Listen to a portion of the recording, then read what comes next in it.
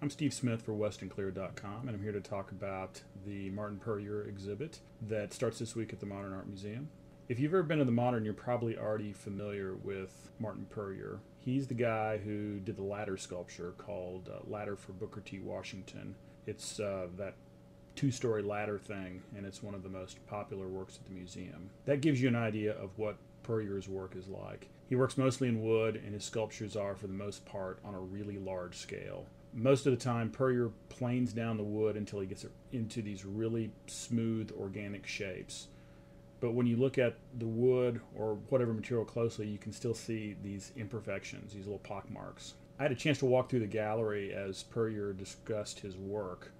One of his life experiences that clearly had a strong influence on his art was his time as a teacher in West Africa when he was in the Peace Corps in the 1960s. He spoke about being influenced by the local craftsmen who built furniture for the school where he worked.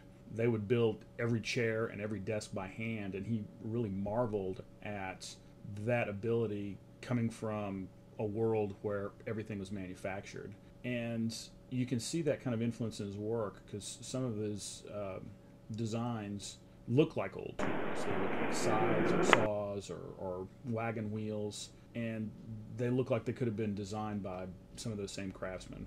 Puryear also mentioned that his work doesn't follow a linear path. He described it as being more like a spiral. He keeps coming back to the same topics at the same point on the continuum, but at a different time in his life. And that's an interesting insight to his work, that he's interested in time as a subject. Because I can look at his art, and I look at it almost as a physical manifestation of time.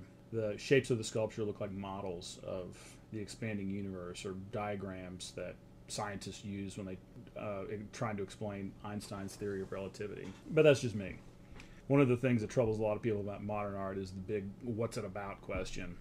Curators and other art propeller heads can tell you what it's all about, but I think a lot of the time they don't really know either. That's why when I was walking through the gallery, I sort of held my breath when someone asked him the question, what is your sculpture CFAO all about? And I was immensely relieved when he said, essentially, I don't know. He knows that he's interested in the wheelbarrow and that he found that one in France, and he's interested in that face that is a reference to an old African mask. And he likes the juxtaposition between those two things. But, when he's pressed, he really can't tell you what it's about. And maybe he's being coy.